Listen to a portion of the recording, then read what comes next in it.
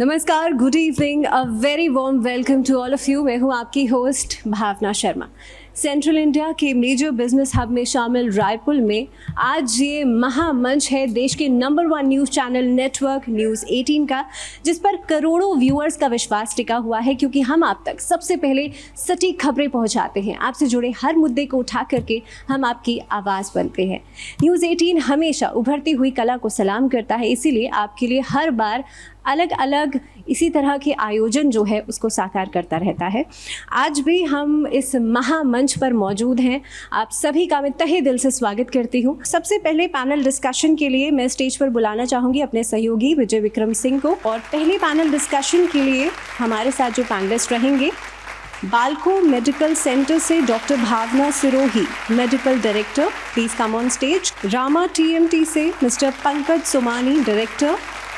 और हमारे तीसरे पैनलिस्ट होंगे हमारे साथ Subodh Haridwal, is a politician. News 18 Madhya Pradesh Chhattisgarh द्वारा आयोजित बिजनेस अचीवर्स अवार्ड में आप सभी का स्वागत है। और ये मेरा सौभाग्य है कि मैं आप सभी से बात कर पा रहा हूँ। भावना जी, हम लोग ने पिछली बार भी बातचीत करी थी और काफ़ी अच्छा डिस्कशन हुआ था। उसी डिस्कशन को आगे ले जाते हुए और जो हमारी नई ऑडियंस है, वो लोग जो पहली बार आए हैं, हम चाहेंगे थोड़ा सा आप प्रकाश डालें बाल्को मेडिकल सेंटर की विशेषताओं के बारे में। बहुत बहुत धन्यवाद प्रोग्राम आयोजन करने का और हमें बुलाने का। बाल्को मेडिकल सेंटर एक 170 बेडेड कैंसर सेंटर है। मैं जैसे 20 साल लंदन में थी और बहुत बड़े बड़े कॉर्पोरेट हॉस्पिटल्स में इंडिया में भी मैंने काम किया है, तो मैं हैंड्स ऑन हार्ट बोल सकती हूँ कि ये इंडिया का ही नहीं पर पूरे विश्व का एक बहुत यूनिक कैंसर सेंटर है। और जो फैसिलिटीज़ हैं यहाँ पे और जो कैंसर स्पेशलिस्ट्स हैं, वो they are the best in the world, not just in India. So I can vouch for that. And सबसे बड़ी खासियत जो सबसे अलग करता है बाल्को मेडिकल सेंटर को सब बाकी सेंटर्स को छोड़ के, वो ये है कि हम चाहे एक पेशेंट फार्मर हो, रिसोर्स लिमिटेड हो, और चाहे बहुत बड़े बिजनेस टाइकून हो जिनके पास हर तरह के रिसोर्सेज हैं, चाहे वो UK कहीं पे भी जाके इलाज करा सकते हैं, उन सब का इलाज हम करते हैं। कैंसर पेशेंट कहीं पे भी डायग्नोज हो, अगर वो बाल्को मेडिकल सेंटर आता है तो आई कैन रीअश्योर यू कि कोई बिना ट्रीटमेंट के वो वापस नहीं जाएंगे। और प्रॉब्लम हमारी सबसे बड़ी बाल्को मेडिकल सेंटर में ये है कि पेशेंट्स लेट स्टेज में आते हैं, तो ये कॉन्वर्सेशन जो हम कर रहे हैं ये बहुत इम्पॉर्टेंट है। और इसको एम्पलीफाई करना और भी इम्पॉर्टेंट है, क्योंकि आप ही हमारी आवाज़ लोगों तक ले जाएंगे और बताएंगे कि अगर आपको कोई प्रॉब्लम है तो जाके डॉक्टर को दिखाइए, उसको इग्नोर मत करिए। और दूसरा, आप अगर ठीक भी हैं, नॉर्मल भी हैं, तो अपनी जांचें कराइए कि आपको अगर कैंसर अर्ली स्टेज में पकड़ में आ जाता है तो वो जड़ से ख़त्म होता है। तो जैसे मैं यहाँ काम कर रही हूँ रायपुर में, मुझे लगता है कि मैं लंदन में काम कर रही हूँ, क्योंकि वहाँ पे यूनिवर्सल हेल्थ कवरेज था। वहाँ पे कोई भी पेशेंट किसी भी अस्पताल में चले जाए, उनको 1 रुपया खर्च नहीं करना होता है। बाल्को मेडिकल सेंटर में भी 90% जो हमारे पेशेंट्स हैं वो रिसोर्स लिमिटेड हैं, काफ़ी बिलो पॉवर्टी लाइन है, और उनका हम उसी तरह से इलाज करते हैं जिस तरह से किसी भी रिसोर्सफुल पेशेंट्स का करेंगे।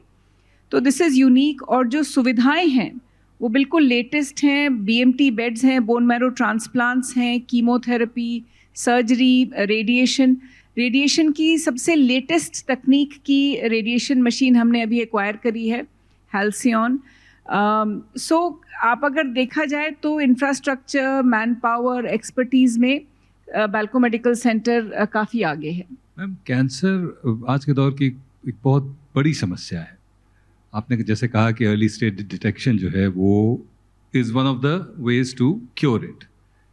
क्या लाइफस्टाइल बदलाव करके भी ये सुनिश्चित किया जा सकता है कि कैंसर से हम बचे रहें, या इससे बचना लगभग नामुमकिन है? ये अगर होना है तो होगा, तो सिर्फ prevention is the only thing that we can do at our end. So very important. So prevention is better than cure, वो आपके हाथ में है। और जो एक बात देखी गई है हमारी कैंसर रजिस्ट्रीज़ में, जो इंडिया में हैं जो इन्फेक्शन रिलेटेड कैंसर्स हैं, जैसे स्टमक कैंसर है, सर्विक्स कैंसर है, वो नीचे जा रहा है। पर जो लाइफस्टाइल रिलेटेड कैंसर्स हैं, जैसे कोलन कैंसर है, ब्रेस्ट कैंसर है, वो ऊपर जा रहा है और ज़्यादातर यंग पेशेंट्स में हो रहा है। तो लाइफस्टाइल बहुत इम्पॉर्टेंट है कैंसर को प्रिवेंट करने के लिए। उसके लिए आपको एक हेल्दी वेट मेंटेन करना है। हेल्दी वेट मेंटेन करने के लिए आपको एक्सरसाइज करनी है, योगा करना है, which is a very important part. मैं रोज़ योगा करती हूँ सुबह 5:30 से 6:30 बजे तक, because that is the only time I get to do it. Because आपको भी यही करना है कि अपनी जीवन शैली में इस तरह से उसको वीव इन करना है कि उस पर आपका कंट्रोल रहे। सुबह के टाइम आपका कंट्रोल है, दिन में मेरा तो कंट्रोल नहीं है, बिकॉज आई डोंट नो कि कब घर जाऊंगी, पर ये पता है कि हॉस्पिटल 8-9 बजे पहुंचना है। तो एक्सरसाइज करिए, हेल्दी वेट मेंटेन करिए, ये सबसे इम्पॉर्टेंट चीज़ है। और खाने पीने में कोशिश करिए कि प्रोसेस्ड फूड्स ना खाएं। आप जो फ्रेश है वो खाइए, जो लोकली ग्रोन वेजिटेबल्स फ्रूट्स हैं वो खाइए, तली भुनी चीज़ें मत खाइए। और जो एग्जॉटिक फ्रूट्स हैं, मैं तो काफ़ी अगेंस्ट हूँ उनके, क्योंकि वो फ्लाई करके आते हैं कहीं ना कहीं से। तो एक तो बहुत तेल, कार्बन फुटप्रिंट हमारा कम हो जाता है, ज़्यादा हो जाता है, और दूसरा उनमें प्रेजर्वेटिव्स यूज़ होते हैं उनको फ्रेश रखने के लिए। तो अवॉइड करिए प्रेजर्वेटिव्स वाली चीज़ें। और तीसरा सबसे इम्पॉर्टेंट है कि अगर आप 50 साल के हैं तो अपना ब्रेस्ट का मैमोग्राम कराइए। अगर आप लेडी हैं तो साल में एक बार कराइए। आप बिल्कुल ठीक हैं पर मैमोग्राम कराइए। आप शादीशुदा हैं, आप अपना पैप स्मीयर कराइए हर 5वें साल। ये आपको जैसे वैक्सीनेशन का कार्ड बच्चों को दिया जाता है, ऐसे ही आपको कैंसर स्क्रीनिंग कार्ड अपने पास रखना चाहिए। और एक स्टूल ऑकल्ट ब्लड टेस्ट है, वो आपको हर साल कराना है 40 साल के बाद। ये इतनी सिंपल चीज़ें हैं, आपकी 3,500-4,000 में पूरी हो जाती हैं। उल्टा हम तो बैल्को मेडिकल सेंटर में फ्री में कर रहे हैं जब हम कैंप के लिए जाते हैं। अभी हमारी मैमोग्राफी वैन आई है, I completely right it of, because I feel that हम कंट्री को सर्व कर रहे हैं। क्योंकि अगर कैंसर जल्दी डायग्नोज करेंगे तो जड़ से ख़त्म होगा, इलाज में खर्चा कम होगा, इलाज का ड्यूरेशन कम होगा, और जो पेशेंट है वो वापस सोसाइटी में जाएगा देश का के लिए और प्रोडक्टिव होगा। एक कैंसर पेशेंट यंग जो जब जिनकी डेथ होती है तो हमारे देश को करीब करोड़ों रुपए का नुकसान होता है। तो ये हमारे ही हाथ में है कि किस तरह से कैंसर को प्रिवेंट करें। आप अपनी जांच कराइए प्लीज़। थोड़ा समय अपने आप को भी दें। हाँ जी, बिल्कुल। कैंसर से जुड़े बहुत सारे सवाल हैं, पर मैं वापस आऊँगा। पंकज जी, आपकी तरफ रुख करते हैं। हाँ जी। रामा टीएमटी के बारे में एक तो बताइए, और आपके सीएसआर इनिशिएटिव्स के बारे में बताइए, और इतनी यंग एज में आप कंपनी को कहाँ से कहाँ ले जा रहे हैं, मोटिवेशन क्या है? रामा टीएमटी आज से मोटा मोटी 45 साल पहले 1973 में रामा ग्रुप का जन्म हुआ था। It started their journey from Satna MP. It started by आदरणीय बाबूजी स्वर्गीय श्री राम जी गोयल। उन्होंने ये व्यवसाय चालू किया था। ग्रुप की और भी व्यवसाय थी, सॉ मिल था और प्लाईवुड के बिजनेस थी, मैन्युफैक्चरिंग थी। मतलब ग्रेजुअली वो ट्रेडिंग पे गए। And Rama group once they started, the main USP was trading of steel items across the country. And gradually when our elder brother Sanjay Goyal ji, he entered the business, he eventually he gave a birth to the brand Rama TMT, which is the emerging brand of the country today. And it's been doing good, and we have been serving across the country through all the big corporates, internationally as well. And gradually फिर हमने एक unit take over की रायपुर में 2012 में, when भैया move from Satna to Raipur. वहाँ से वो रोलिंग मिल यूनिट एक यूनिट थी जिसको हमने चालू किया, और आज सक्सेसफुली हम रन भी कर रहे हैं। साल के हम मोटा मोटी 1.5 से 2 लाख टन वहाँ बनाते हैं माल। और उसके बाद फिर 2016 में हमने एक और यूनिट सिलतरा में सिक यूनिट थी, जो देखते हुए कि हमारी बैकवर्ड इंटीग्रेशन हो जाए, तो वो हमने टेक ओवर की। आज 5-6 साल हो चुके हैं लगभग, वो यूनिट भी सक्सेसफुली रन कर रही है। और हमारी मतलब आज एक इंटीग्रेटेड यूनिट हो गई है, जहाँ पर हम कच्चे आयरन ओर से हम स्पॉन्ज बनाते हैं, पावर बनाते हैं, बिलेट्स बनाते हैं, फिर हम TMT बना करके पूरे देश में सप्लाई करते हैं। आपने पूछा CSR के बारे में।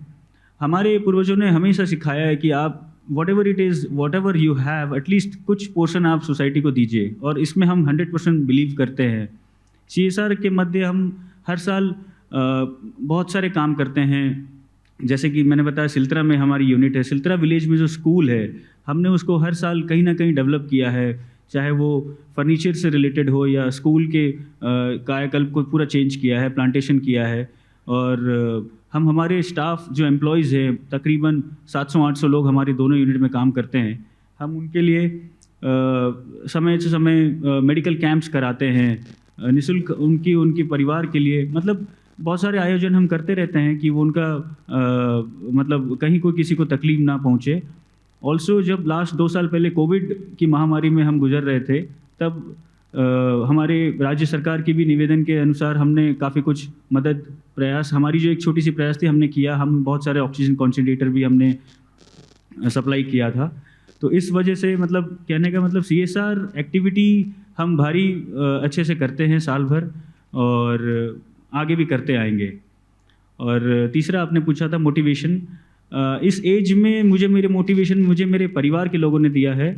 आज मुझे तकरीबन 12 साल हुआ है व्यवसाय में आके। स्टील में मैं 5 साल से हूँ, और पूरा श्रेय मैं अपने घर वालों को, मेरे चाचा को, मेरे भाइयों को और मेरे पिताजी को देना चाहता हूँ।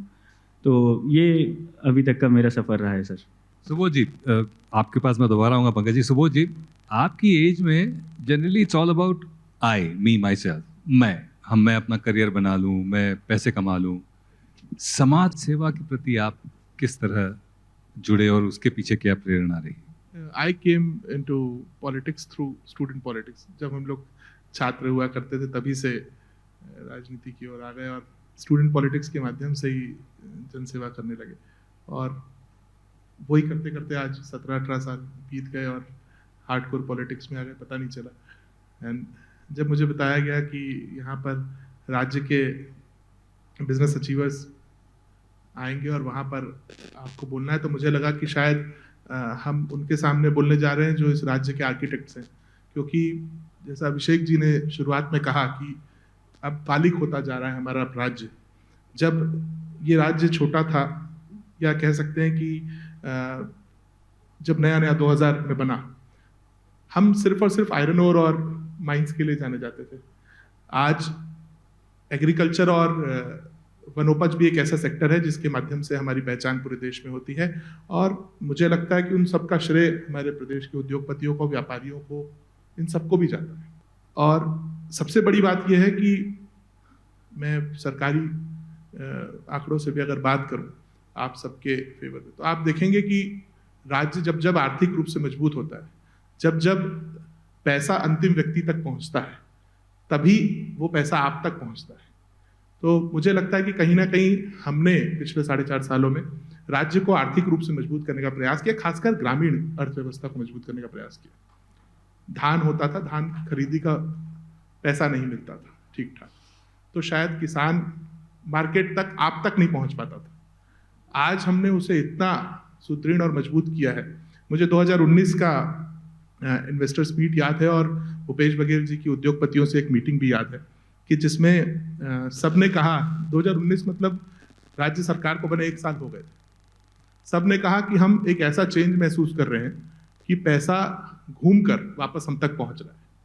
वो पहुंचा क्यों, उसके पीछे भी एक लॉजिक है कि आप जब आर्थिक रूप से ग्रामीण लोगों को मजबूत करेंगे, तभी वो पैसा वापस घूम करके शहर में आएगा। आपके और हमारे माध्यम से वो पैसा वापस, इकोनॉमी को अगर आप रोल नहीं करेंगे तो शायद इसको बार्टर सिस्टम कहा जा सकता है कि आप बंटवारे के साथ जिएंगे, आप भी कमाएं, वो भी कमाएं, तभी राज्य सरकार भी लोगों को खुश रखने में सफल हो सकती है।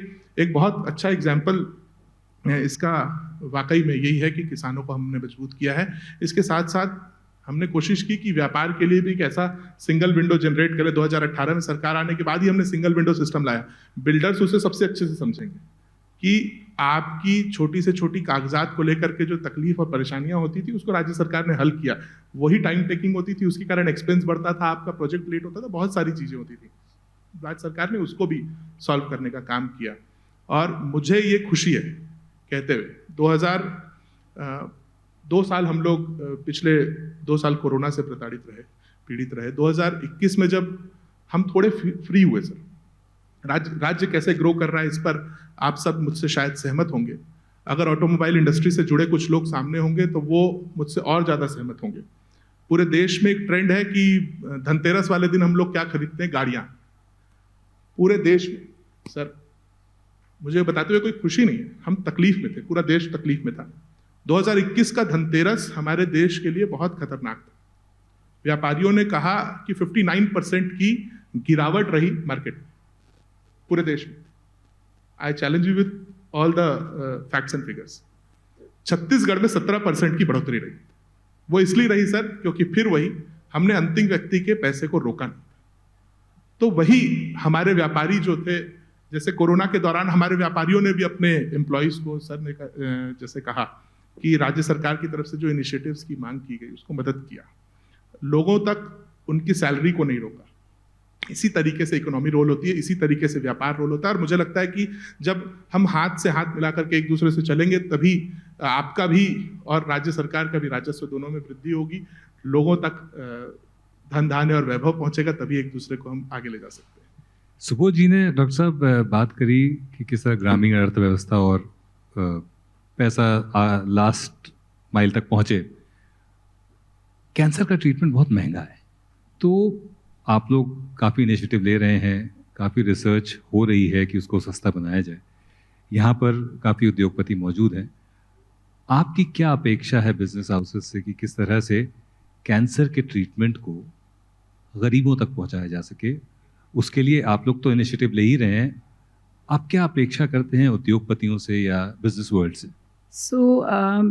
मेरा सब, जैसा मैंने कहा कि हमें भारत में कैंसर प्रिवेंशन और अर्ली डायग्नोसिस पे फोकस करना है। तो गवर्नमेंट से और बिजनेस हाउसेस से भी मेरा यही निवेदन है कि सर्वाइकल कैंसर वैक्सीन है जो 80% सर्वाइकल कैंसर को प्रिवेंट करती है और अब भारत में बनाई भी जा रही है। तो पहले कॉस्ट बहुत ज़्यादा थी, अब वो कॉस्ट बहुत कम हो गई है। अगर आप यूके, यूएस या कहीं भी रहेंगे तो वहाँ पे स्कूल में हर लड़की को दी जाती है ये वैक्सीन। तो मेरा ये निवेदन होगा, जैसे हमारे घर में मैंने हमारे बच्चों को, इस वैक्सीन की कोई एज लिमिट है? इसकी जो रिकमेंडेशन है 10 से 26 साल है। से हमारे घर में हमने सब बच्चों को, चाहे हमारी मेड के बच्चे हों, ड्राइवर के बच्चे हों, जितना हमसे हो सकता है करा है। तो आप कम से कम अपने स्फीयर में तो कर ही सकते हैं कि आपसे जितने लोग जुड़े हैं कम से कम उनके बच्चों को तो लगवा ही दें। अगर आप 10 साल की उम्र में लगवाएंगे तो 2 ही डोजेज़ लगानी पड़ती हैं। अगर आप 15 साल के बाद लगवाते हैं तो फिर 3 डोजेज़ लगानी पड़ती हैं। तो कुछ स्टेट गवर्नमेंट्स ने इम्प्लीमेंट भी किया था, जैसे पंजाब ने, दिल्ली ने, सिक्किम, मेघालय ने, इन्होंने इम्प्लीमेंट भी किया है। पर तब वो वैक्सीन बाहर से आती थी, अब हमारे देश में ही बन रही है। तो मेरा निवेदन होगा कि इससे जो औरतों का कॉमनेस्ट कैंसर है, सर्वाइकल कैंसर, वो प्रिवेंट होगा। और दूसरा, आप उसमें हेल्थ केयर पैकेजेस में इन्वेस्ट करिए। कैंसर स्क्रीनिंग के लिए अपने एम्प्लॉयज़ के लिए आप अपनी हेल्थ का तो ध्यान रखिए, पर अपने एम्प्लॉयज़ की हेल्थ का भी ध्यान रखिए। और उनको जो है, ये जो 3 टेस्ट मैंने बताए थे, आप ये करवाइए। इनको कुछ हर साल होते हैं, कुछ 5 साल में होते हैं, कुछ 2 साल में होते हैं। I am very happy to talk separately about that. Early diagnosis के लिए गाँवों में हमें जो है प्राइमरी हेल्थ सेंटर और कम्युनिटी हेल्थ सेंटर्स हैं, उनको सशक्त बनाना है। हमने बाल्को मेडिकल सेंटर में मितानंस जो हैं स्टेट की और जो आशा वर्कर्स हैं उनको बुलाया, उनको दिखाया कि कैंसर का इलाज कैसे होता है। और उनके हाथ में है कि कैसे जो लोगों के घर घर जाते हैं बताएं कि अपने सिम्टम्स को इग्नोर ना करें, टोबैको ना यूज़ करें, अल्कोहल ना यूज़ करें। किस तरह से गाँव में फिटनेस की कोई प्रॉब्लम नहीं है, वो खेतों में काम करते हैं, फिट रहते हैं। शहरों में प्रॉब्लम है वो। सो गाँवों में प्रॉब्लम है टोबैको की और मेंस्ट्रुअल हाइजीन की। सो ये 2 एरियाज़ हैं जिस पे कि मितानिन और जो आशा वर्कर्स हैं, हम वीडियोस बना रहे हैं। और जैसे कि अनिल अग्रवाल फाउंडेशन है, वेदांता फाउंडेशन है, हमारे नंद घर्स हैं पूरे इंडिया में। छत्तीसगढ़ में भी करीब कई 100 से ज़्यादा हैं। तो नंद घर में कम से कम बिजली है, टीवी है, तो वहाँ पे हम मितानिन्स को और आशा वर्कर्स को बुलाते हैं, उन्हें वीडियो दिखाते हैं, सिखाते हैं, हम उनको ट्रेन कर रहे हैं। अब दूसरा हमारा मुहिम होगा जो हमारे गांव में जो डॉक्टर्स हैं, जो आयुष डॉक्टर्स हैं, आयुर्वेदा, होम्योपैथी, क्योंकि पेशेंट्स उनको बहुत ट्रस्ट करते हैं, वो उन्हीं के पास जाते हैं पहले, और जब तक हमारे पास पहुंचते हैं या तो वो लाइलाज होते हैं या फिर स्टेज 3-4 होते हैं। इसका मतलब वो ज़िंदगी भर ट्रीटमेंट पे रहते हैं। तो एक उनको भी एजुकेट करना है कि हम पेशेंट आपके पास वापस भेज देंगे, पर लेकिन आप जो क्रिटिकल पीरियड है उसमें अगर आप हमें रेफ़र करें तो पेशेंट का सर्जरी रेडिएशन से ही काम हो जाएगा, उनको कीमो की शायद ज़रूरत भी ना पड़े। सो ये मैं चाहूँगी कि गवर्नमेंट और बिजनेस हाउसेज इस एरिया में अगर आप हमारे हाथ मजबूत करें तो हम लोग बहुत कुछ कर सकते हैं। थैंक यू डॉक्टर साहब, बहुत कमाल की बात कही आपने। पंकज जी, मैं आपकी तरफ रुख करता हूँ। डॉक्टर साहब ने शुरुआत में बात करी थी कार्बन फुटप्रिंट की, तो पर्यावरण के लिए Rama TMT as a group क्या कर रहा है? पर्यावरण के लिए हम लोग विशेष ध्यान रखते हैं। हर वर्ष हमने एक प्रण लिया हुआ है, वर्ल्ड एनवायरनमेंट डे जो जून में आता है, उस दिन हम डेफिनेटली ट्रीज प्लांट करते हैं। हमारी हर साल की एक लक्ष्य रहता है, एक टारगेट हम फिक्स कर लिए रहते हैं कि हमको इस साल 1000 पेड़ लगाना है, इस साल 2000 पेड़ लगाना है। तो जो पॉल्यूशन नॉर्म्स के माध्यम जो हमको लगाना रहता है वो तो हम किए हुए ही रहते हैं, और उसके अलावा क्या एक्स्ट्रा हम कर सके within plant as well as outside plant. तो हम ये नहीं सोचते कि हमारे प्लांट के ही बाउंड्री में हम लगाएं, हम 2-3 अलग अलग जगह पे भी प्रयास करते हैं लगाने का। पिछले साल हमने एक बहुत अच्छा काम किया, एक जैपनीज टेक्नोलॉजी है मियावाकी प्लांटेशन, अगर आप सुने होंगे। उसका टेक्निक ये है कि आप छोटी सी जगह पे आप घना जंगल आप बना सकते हैं, डेंस प्लांटेशन कर सकते हैं। तो हमने हमारे प्लांट में ही एक 11,000 स्क्वायर फीट की मतलब ज़मीन में हमने तकरीबन 9,000 पेड़ लगाए, एंड फॉर्चुनेटली वो पेड़ इतने अच्छे ग्रो हुए और आज हम देख पा रहे हैं कि वो बहुत ही बढ़िया घना सा प्लांटेशन हो रखा है। उसमें डेफिनेटली टाइम लगता है, but then the technique is the dense plantation. तो वो हम करते रहते हैं। टाइम टू टाइम हम प्लांट लेवल पे भी टेक्नोलॉजिकल अपग्रेडेशन करते रहते हैं कि कहीं भी कोई चूक ना हो, क्योंकि अल्टीमेटली आपको एनवायरनमेंट सेफ रखना होगा, तभी आप काम कर पाएंगे अपने ऑब्वियसली अपने एम्प्लॉयज़ की देखभाल करते हुए भी, एज वेल एज आप आस पड़ोस गाँव में भी। तो उसका हम विशेष ध्यान रखते हैं। प्लांटेशन हम भरपूर करते हैं सर। सुबोध जी, बहुत सारे बिजनेस हाउसेज यहाँ पर हैं, उनके लिए आपका संदेश और उनसे क्या अपेक्षा? मेरा तो सबसे पहला, एक्चुअली इनसे अपेक्षा रखना भी उचित नहीं है, क्योंकि इनकी अपेक्षाएं सरकार से और जनप्रतिनिधियों से होती हैं।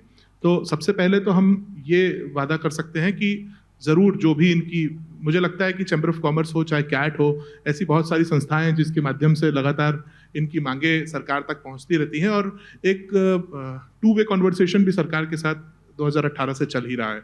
मैं किसी गई हुई सरकार और आने वाली सरकारों के बारे में किसी पॉलिटिकल डिस्कशन पे नहीं बैठा हूं, पर मुझे लगता है कि 2018 के बाद से 2-वे कॉन्वर्सेशन आपके और सरकार के बीच में शुरू हुआ है, और इसी कारण से हम रेवेन्यू वाइज ग्रो करने में सफल हुए हैं।